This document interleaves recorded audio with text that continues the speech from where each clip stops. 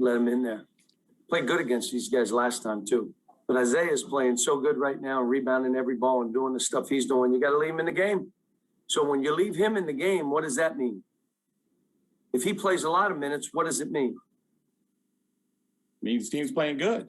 It means someone else can't get the minutes because there's only 200 minutes. That's all there is. So, you know, again, we're still some balls we needed to make, and we let them back in on some turnovers again. And, you know, but like I told him, that's a happy locker room. You know, this team has been through the gauntlet and, you know, winning and playing like we did in the first half where we should have been up 15-16. And then they make a run and we don't fold. We don't fold. We just keep fighting and we push it back to 7. That is big for this team. Big. Jerry Tipton. John, what could you elaborate on that, on why it's big for the guys that a big lead goes away and yet they have the resolve to win? Yeah, look, everybody's going to make runs. And what I told them, they're going to make a run, and then you got to make a run back at them. That's the game of basketball. And then you're trying to make the last run of the game, or at least hold on, which is what we did. But how about we foul? And again, you guys watched it. I didn't watch the tape. Was that 3-point? Did Davion foul on that? No. Not much, if any. I mean, we get those calls, though, too. Go, Daryl Bird. Yeah, John, tonight was the 20th game of the season. In a typical year, and I know this isn't typical, but in a typical year, you're 2/3 of the way through the regular season, which a lot of time has been when your teams really start to turn the corner. Are you sensing that out of this team right about now? They're building their own confidence together. They're finally becoming a team, but there are points in the game where guys got to do what they do. I got to do this. And then all of a sudden it's a turnover. What, like our defensive schemes that we used in this game, when we broke down, they scored.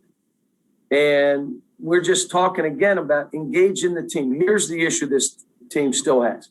A raindrop hits a couple of these players and their body language is so bad, you got to get them out of the game.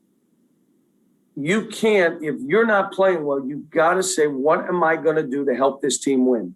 I can't worry about me. I can't shake my head on a missed shot. Forget it. It's next. And we're learning to be a better team. But, you know, we're all I'm trying to tell you is let's have individual players be at their best. Let's have this team coming together. Vandy took us out of stuff today where they trapped. Some of the stuff we were doing down the middle, they trapped us. We'll be better next time we see it, but, you know, it's hard to talk guys through. But, again, we had turnovers again. You know, Davion threw a ball long. Like, why'd you do that? We didn't need the play. We have the ball. Another one where there's a loose ball, and instead of picking it up, he tries to advance it, and they get the ball, and then all of a sudden it's like anybody's ball game. There was a rebound late. Our guard didn't pick up. We did everything we spoke. Go get the ball. And again, I think that's part of, you know, we don't want to lose. You can't play not to lose. You play to win. And those plays, that rebound, that easy play, that running that clock, making them foul, making free throws. Now, I'll tell you, Devin made those free throws and Jacob made those free throws at the end, but so did Vandy. They made them too. John Hale. Cal, considering the original plan was for Jacob to redshirt and spend the whole year in the weight room, does this almost feel like some free money in his development, what you're getting out of him, especially a performance like tonight? Yeah, I was so happy. What I said to the team after, a real team, a team, really doesn't know who's going to have that big game. And whoever it is, everybody's ecstatic for it. And they were ecstatic for him in that locker room. And that's what I'm saying. We're becoming a team. Instead of doing what I want to do, what does this team need me to do? And Jacob went in, looked good. We were able to put him on the point guard, which meant we could switch him to the big guy. And you're right. It's for Jacob. This is found money. This is money he found in the couch. nice bit of change you picked up. Kyle Tucker, Yeah, Cal, how much has Davion? He mentioned, I think when he hit the first game winner against Vanderbilt, that he'd missed a shot like that at Creighton, and then it was great to see it go down. And it seems like since then, he's sort of picked up this confidence that if it has to be him at the end of the game, he wants it to be, other than the time you yelled at him, and then he can make those shots. Well, and here's the thing. I'm trying to make it so these kids play loose and free. If you don't shoot an open shot, you're coming out. I'd rather have a missed shot than a turnover. If you're guarded, don't shoot it. Pass it to somebody else. We had, again, today, 17 assists. Think about it. Do you understand it was only a month ago we were having 5 assists and no one would pass it to anybody, and they all look bad. We couldn't score 55 points. So and I'm also, what I said, we have some other guys that aren't throwing daggers. They're going over. And they're all big plays. And I'm saying a guy that throws daggers is not afraid to miss the game winner. He's not afraid to miss the shot that can change the game, because he's not thinking in those terms. He's thinking, if I miss it, I can't believe it. Giving me it again, and I'm taking it again. But I'll tell you, it takes a confident person, a mentally tough person, to be able to do that. So, and again, those free throws that those guys make, those were daggers now. Those were daggers too. John Clay, John, you mentioned defensive scheme earlier. You held Pippen without a point in the first half. What were you doing, and how effective do you think you were against him? Well, we did some things different, and that's what's been fun. We ran a play today that got us 4 baskets that I just put in. That's what makes it fun for me. I have to figure out ways that we can get some freebies because of this team. We cannot get our own shot. We can't. We can't give it to a guard. He's not going to get by anybody. It's not how this team has to play. Defensively, the same thing. I love it. I told him this is what makes it fun for me, coming up with things defensively and offensively that can help them, that they go in the game and the stuff works. Larry Vaught, You guys didn't even see the new play, did you? Yeah, we liked it. But I was going to What ask was you, it, John. Larry? It was the hook shot from the top of the key.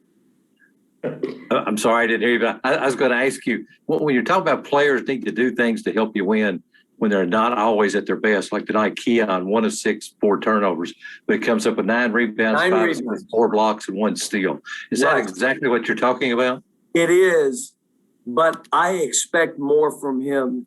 Like, he had 4 turnovers. You know what I'm saying? I see him as a star. And there are times we all see it, and there are other times we don't see it. So what is that? That is all mental. And that is all a toughness, a mental toughness that he's growing into.